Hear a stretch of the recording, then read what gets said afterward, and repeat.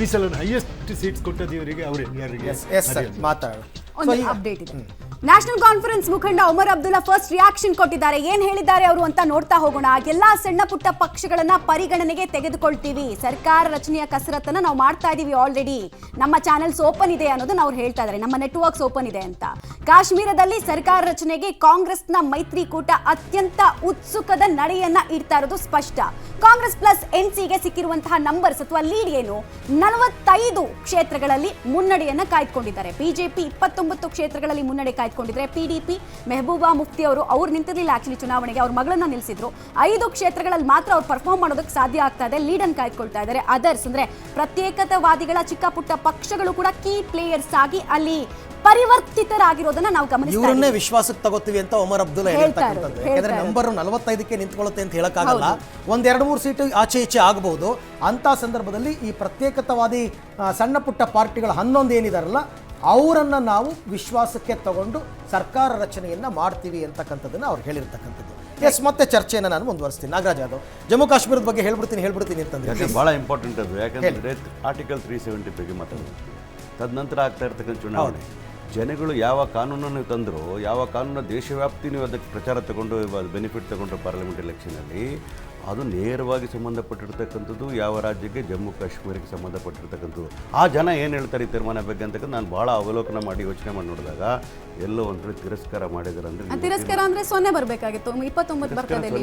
ಸೋಲೆ ಹಂಗಲ್ಲ ಸರ್, ಅವರಿಗೆ ಗೇನ್ ಆಗಿದೆ. ಲಾಸ್ಟ್ ಟೈಮ್ 25 ಸ್ಥಾನಗಳನ್ನು ಗೆದ್ದಿದ್ದಾರೆ. ಲಾಸ್ಟ್ ಟೈಮ್ 25 ಸ್ಥಾನ, ಈ ಸಲ 29. ಆಕ್ಚುಲಿ ಗೇನ್ ಆಗಿದೆ. ಆಯ್ತಾ ಮೇಡಮ್, ಅವ್ರಿಗೆ ಗೇನ್ ಅಂತಲ್ಲ, ಪಾಲಿಟಿಕಲ್ ಗೇಮ್ ಅಲ್ಲಿ ಹೆಂಗ್ ಗೊತ್ತಾ, 49 ಬಂದ್ರೆ ಫೇಲ್, 51 ಬಂದ್ರೆ 100 mark distinction. That is political game. ನಿಮ್ಮ ಎಕ್ಸಾಮಿನೇಷನ್ ನಡೆಯಲ್ಲ. ಹಂಗಲ್ಲ ನಾಗರಾಜ್ ಹೇಳಿದ ಪಾಯಿಂಟ್ ಕರೆಕ್ಟ್ ಇದೆ. ಅಗ್ರೀಡ್. They have grown.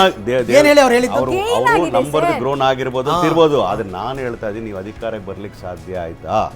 ಸಾಧ್ಯ ಆಗಿಲ್ಲ ಅಂದರೆ ನಿಮ್ಮನ್ನು ತಿರಸ್ಕಾರ ಮಾಡಿರೋಂತಲೇ ಲೆಕ್ಕಾಚಾರ.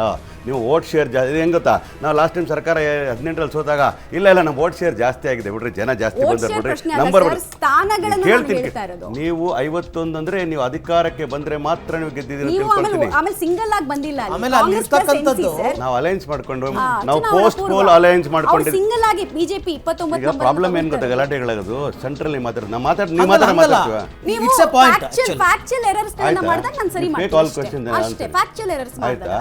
No errors of mind. PDP ಅಂತಕ್ಕಂಥದ್ದು ತನ್ನ ಸಿಂಗಲ್ ಪಾರ್ಟಿ ಕಂಟೆಸ್ಟ್ ಮಾಡಿರೋದು. ಬಿಜೆಪಿ ತನ್ನ ಸಾಮರ್ಥ್ಯವನ್ನು ತೋರಿಸಲಿಕ್ಕೆ ಕೇಂದ್ರದಲ್ಲಿ ನಾವು ಅಧಿಕಾರದಲ್ಲಿದ್ದೀವಿ, ಇಂತಿಂಥ ಕೆಲಸಗಳು ಮಾಡಿದ್ದೀವಿ, ನಾವು ಶಾಂತಿಯನ್ನು ಕಾಪಾಡಿದ್ದೀವಿ, ಗಡಿಯನ್ನು ಕಾಪಾಡಿದ್ದೀವಿ, ಜನಗಳ ಪರ ಆರೋಗ್ಯಕರವಾದಂಥ ಆಡಳಿತವನ್ನು ಕೊಟ್ಟಿದ್ದೇವೆ, ಲೆಫ್ಟಿನೆಂಟ್ ಗವರ್ನರ್ ಇಟ್ಕೊಂಡು ಬಹಳಷ್ಟು ವಿಚಾರಗಳನ್ನು ನಾವು ದಾದ್ವಸ್ತಿಗೆ ತಂದಿರತಕ್ಕಂಥದ್ದು, ಮತ್ತು ವಿಶೇಷವಾಗಿ 370 ತಂದಿರೋದು ಅಂತ ಬಹಳ ಉತ್ಸುಕತೆಯಿಂದ ಇದ್ರು ನಾವು ಅಧಿಕಾರಕ್ಕೆ ಬರ್ತೀವಿ ಅಂತಕ್ಕಂಥ ಕನಸಿದ್ದು. ಆ ಕನಸು ನನಸಾಗಲಿಲ್ಲ ಅಂತ ಹೇಳ್ತಾ ಇದ್ದೀನಿ. ನೋಡಿ, ಈಗ ಆರ್ಟಿಕಲ್ 370 ಆದಮೇಲೆ ಮೊದಲನೇ ಚುನಾವಣೆ, ಕಳೆದ ಒಂದು 16-17 ಚುನಾವಣೆಯಲ್ಲಿ ಜಮ್ಮು ಕಾಶ್ಮೀರದಲ್ಲಿ ಪೂರ್ಣ ಪ್ರಮಾಣದ ಸರ್ಕಾರ ನಡೆಸಿರ್ತಕ್ಕಂಥದ್ದು ಭಾಳ ಕಡಿಮೆ.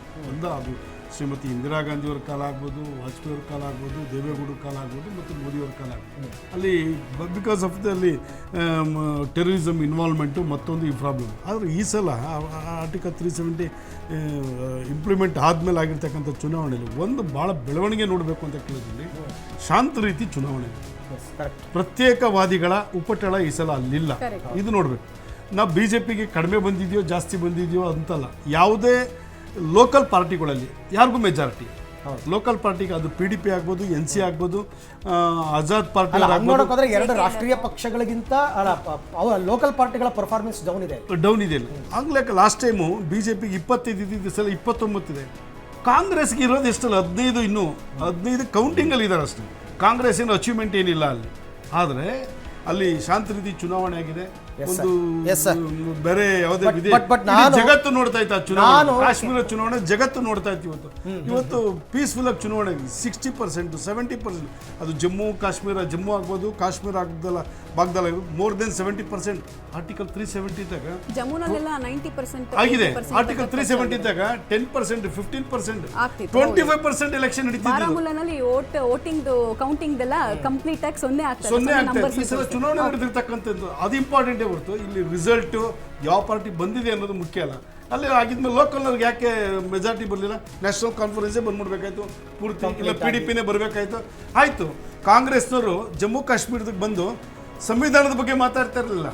ಅಲ್ಲೋಗ್ಬಿಡ್ತಿ ಇದರಲ್ಲಿ ಹರಿಯಾಣದಲ್ಲಿ ಪಾರ್ಲಿಮೆಂಟ್ ಬುಕ್ ಹಿಡ್ಕೊಂಡು ಓಡಾಡಿದ್ರು, ಸಂವಿಧಾನದ ಬುಕ್ ಹಿಡಿಯೋದು.